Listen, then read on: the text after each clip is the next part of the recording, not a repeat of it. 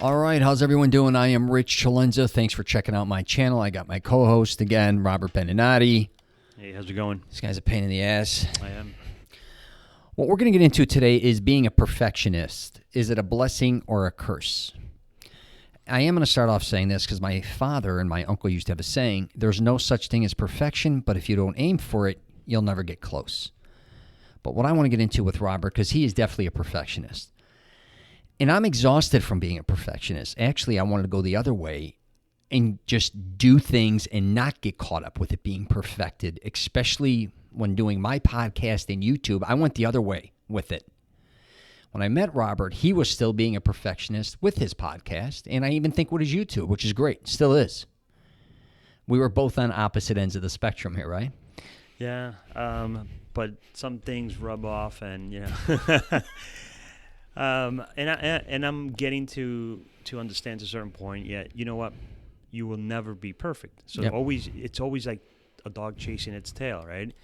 You're always trying to chase that perfection. Being perfect to the point that it doesn't need any more work, and that never happens. No matter how good it is, let's say good, not perfect, right? Right. There's always room for improvement. Yeah. And that's the way a person that's a perfectionist thinks. So that I believe to a certain point, this is just a psychology issue, Mm-hmm. that you're always chasing this sense of, being perfect, and you will never achieve it.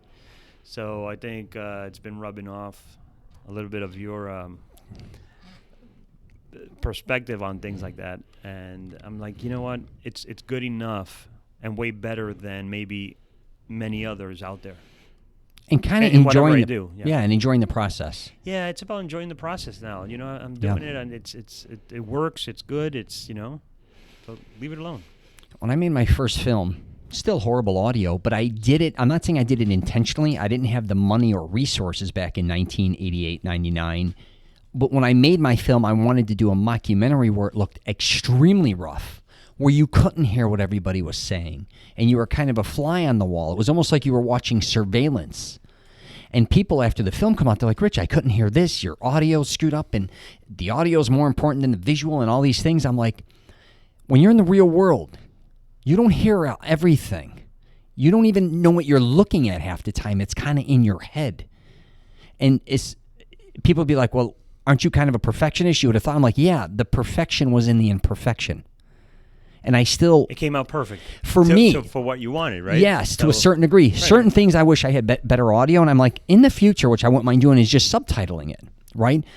But on the opposite end of it, I had too many characters. I realized I had too many. I had too many things going on, just in general. The film's too long. But it's funny that you say that. In the imperfection, you found perfection. Right? They didn't know that was my perfection. So now going to psychology, which I just mentioned, whatever's in your head, whatever you consider perfect, that is what that's what you're chasing, right? Yep. When you're doing any kind of work. Yeah, in my first film, back to that, my cousin, who's he's an audio expert, and he even had his own studio, and he was in charge of the audio. He was making it too good at points, and then we went our separate ways. Right. But he was trying to make the audio. I said, listen, I can't have the audio sound like it's from a movie, like that you'd see in a big block or a Hollywood-style film. Mm-hmm. This is a low-budget independent film. It's got to match up. So the audio couldn't, and he was like, he's like, you got to have incredible audio for anything to work. I'm like, I don't want that. I want you to be like if you walked into an Italian restaurant and you hear someone's in the corner screaming, the cook's yelling this, you're having your conversation, Chaos. You see two mobsters in the corner, you can't hear what they're saying, you're catching a little bit on what they're talking on a phone. This one's, the horns honking outside. It's a mess. That's what I wanted. Chaos. Yeah. Yeah, and then when I did my second film, we worked more on the audio, and again, I said, this is a graphic novel / video game concept. And there was no way I could make it look like a Hollywood film again. But again, I wanted it to be that grainy, rough kind of wackiness. It's funny, man. So whatever you have in mind that was perfect for you and somebody, or not perfect, the other person can find totally perfect. And that's why a lot of perfectionists always listen to other people say, but it's perfect like that, right? For their standards, for whatever is going in through their head, saying, oh, but look at that, he did way better than I would if I would have done it, so that's perfect. And on the other hand, for you, it's like it's nowhere near where I want it to be. What's interesting, my mother's a perfectionist with cleansingness and with everything. My father's a perfectionist with style, fashion, business, and everything. And when my father saw the movies, I'm like, he's going to think this is shit. He's going to say it's not. I get it and hear him. What is this going, like being confused? Mm-hmm. He was down with both my films. I've never seen it. He's like, he understood what I was trying to do. It's funny how you have like the one I thought would not like it, saying, why isn't this like a film like Goodfellas, hypothetically? Why isn't this like whatever? He got it. He's like, I get, like he knew the raunchiness of that. And that it's not it wasn't phony, I guess you could say. I was trying not to make it phony, even though it's a film. Anyways, when I met you, which is quite interesting, it's a funny story because when we met for coffee, you want to tell the story. It's kind of funny if they've never heard it before, because I think we've only mentioned it once where I think, yeah. Everything I said was the opposite of what you wanted to hear. Totally. Right? Yeah, I was expecting, this is how I do it. This, and it's like, yeah, I just pick up this, do that, just, whatever. I'm like, that's it? They're like, yeah. I'm like, can't be.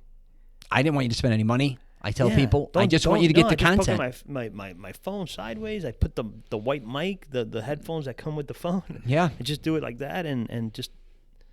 Yeah, I told you, I don't edit my podcast. I said it's live. I just upload them, not to toot my own horn. I said my videos, as you could tell, I walk in the gym or I walk in a restaurant. I don't care. I don't usually use a tripod because they'll throw me out. I just handheld it, and it's going to be shaky. I don't give a shit. I was more, where I fall into perfection, I think, to a certain point is, I want my content to be the best I can give it, but at the same time, I want it to be authentic. Because as soon as things get perfection when it comes to... You get caught up in all the it's cheesy. Details. Yeah. It's an infomercial or it's some bullshit. I'm going to walk in a restaurant and give you the whole thing. If you can't hear necessarily everything I'm saying again, who cares? Look at the food. That's why you're there, right? I don't care. Really. I'm there to show you the ambiance. I'm not here to be a reviewer either. Same with a gym. I'm not going to bum rap any gym. I want everybody to go there. I'm not getting paid by this gym. If I don't like it at all, I'll delete it. If I want to show you the gym, I show it. Yeah, when we were done with the meeting, I walked away. I'm driving in my car. I'm like, what was I thinking? I in my head, this was like the super production, right? And this guy's pumping them out and just simple, right? With phone, white headphones, and he's creating content. I was like, okay, I got to regroup here and figure things out. And believe it or not, it did help me at the end of the day, because then I said anything extra I do is just that extra, Yep. And I could choose to do it or not, to make it look a certain way, but I don't have to be that complicated. Yeah, we also, let's call it for what it is. A lot of people want to emulate what they see going out there that's working. 100%, I get it. The familiarity concept works, obviously, with film, television, music. I get it. Or the people we follow, For sure. People, those that inspire us or motivate us, and like, look at the production they do. Look at the mics. Look at the sound. Look at the edit. How their videos, their intro, their outros. So we're trying to mimic that. Yeah, and I'm always thinking I'm creating something new outside the box, and then I even catch myself saying, no, you're kind of full of shit because you're raunchy, and you saw a video, say, of David Goggins, that one. Incredible, the guy's in shape, the Navy SEAL. He's raw, he runs, he tells everyone to go fuck themselves, be yourself, don't... I'm kind of like, am I ripping him off? I didn't even realize it, but I love his videos. Like, say I saw him 4 or 5 years later, I saw him years ago, and then I see him, I'm like, oh, I'm not as original as I thought I was necessarily, to a certain degree with my videos. He was doing this, running around like an animal, just like what I do. I'm walking, or I'm going in a gym talking about fitness. So's he. My point being is, we'd like to emulate others, and sometimes we don't even realize subconsciously that we are doing things other people did, I guess you could say, as far as perfection to, again, me. Like David Goggins, that was perfection to me, right? And I'm kind of doing it myself. It could be another person who's a trainer, as you know, that we follow on YouTube. So what are you trying to say? That at some point you stop doing it because someone else? No, like I thought I was going to be very original with my YouTube channel and be walking in and saying whatever I want to say and doing whatever I want to do. Right? I didn't, and I'm thinking, I don't know anybody who really does this. I don't see anyone really doing this. And actually there was. But I forgot. Say 2-3 years later, like I was watching this guy's videos, and then say a couple years go by and I don't watch them anymore. Oh, got it. Then they re-pop up and I'm like, oh, I see where I didn't realize this, but this you picked up from there. He probably is the one who inspired me to do it originally, and just as time went on. But again, that's my perfection is his imperfection shooting these raunchy videos where you just say Joe Rogan, maybe you're whoever the podcast you were following is, maybe you wanted to maybe be like him, but different, I guess. Mm-hmm. What do you think? Yeah, for me, my inspiration was Tim Ferriss, his interviews and the questions. That's right. You know, I'm always intellectually curious, and when I started my podcast, it was really to interview people of high performance and learning from them and re-communicating their message through my platform. Yep. And learning from them. Yeah. But yeah, I was trying to emulate him in a way, right? Yeah. So. Because you thought he was kind of perfection to a certain degree. I mean, like what he was doing was I really. I think it matched my personality. Yeah. I think it matched my want in yeah. what I was trying to get out of this. Because there's other people like Joe Rogan, and I don't see myself, and he's number one. Yeah. Well, right. And a lot of people say, "Yeah, I want to be Joe Rogan," but are you really Joe Rogan? Are you really a comedian? Are you really a martial arts expert? Yeah. Like, are you an? I mean, he does so many different things. Right. And he's been doing this a very, very long time. Exactly. But do you really want to be what he represents? And do you have a little bit of that? Right. So for me, I look at Joe Rogan. Yeah, he's cool. I like his I listen to some of his interviews, but I wouldn't want to be him. Like, right. It's not who I am. Right. But on the other hand, someone like maybe Tim Ferriss is. Or you thought was.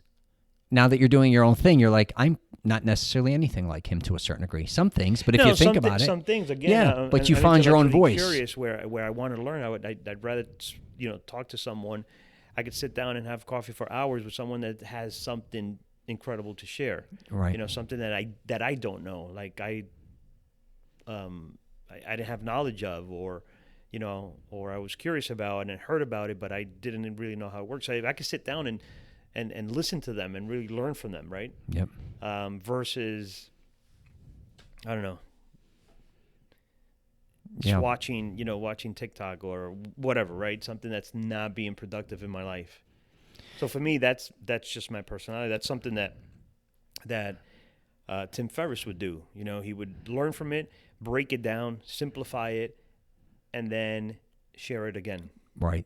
So for me, if somebody talks to me about, I don't know, like even podcasting, a lot of people, so how'd you get it? What are you doing? How do you do this? So now I kind of researched it, learned it from, Pat Flynn and Tim Ferriss and other podcasters. Did it myself. It took me a while, right? Yeah. And I'm able to share that experience, but in such a more simple way. Right. Even with you. Yeah. Right? Well, when you were doing it, you were talking about strictly business. And I always tell people where you think you want to start off sometimes. Oh, yeah. You always. Yeah. And that's not bad. But I'm like, just experiment for 6 months. Like, no kidding. Don't box yourself in. Right. So I have my podcast, but I think I've done more episodes with you on your podcast than I have on my own, because this is a different outlet. It's freedom. Yeah. We talk about anything. This is like a normal conversation. Right? Yeah. And again, going back to the topic of this episode, being perfect or chasing to be perfect. When you take off on a project, right, and you plan it out, it's going to be perfect because it's going to run like this. Yep. And then 6 months down the road, it took a left turn. Freedom is perfection to me. That is, I have to agree with. if I would have to agree with you. If my I friend. have freedom, I have everything. And if I can evolve and be open-minded, now don't get me wrong, certain things have to be structured from A to Z. I get it. But that just doesn't work for me a lot of times. I need to be able to, it's almost called like in film or anything, improv. I want to be on the Spontaneous. fly. It's gotta, yeah, I want that in life. I want surprises. I want you to surprise me. I don't care if I come to your office. We tried different mics today. That's all things I'm learning. I'm having fun. We're laughing. If it's structured, and that's why probably school didn't work for me as well, even going to the same classes at the same time, same days, all that. I think why I gravitated towards sports, for instance, was because every time you practice or perform or go to, is a different outcome. Win, lose, your team. That's what I love. So perfection is freedom. All right. I'm going to wrap it up there. I forgot to set the timer on here, so I have no idea. But my computer's going to die anyway. So if you want to check out Robert's podcast, Real Business, he's on YouTube. He's had a lot of really interesting guests. Much more structured than mine. Let's put it that way. Anywhere else do you want them to find you? It's less perfect, but it's more structured. Yeah, definitely. We're using his equipment now. I told him, don't spend any money, don't go do anything that I wouldn't do. He went and did it, and now I'm here taking advantage of that. So that's perfection at its best, I would say, right there. All right, brother, we'll wrap it up there. Take care, everyone. You got any questions, comments, hit us up. You could find him again like Instagram, and you probably know who the hell I am if you're on my podcast. So take care.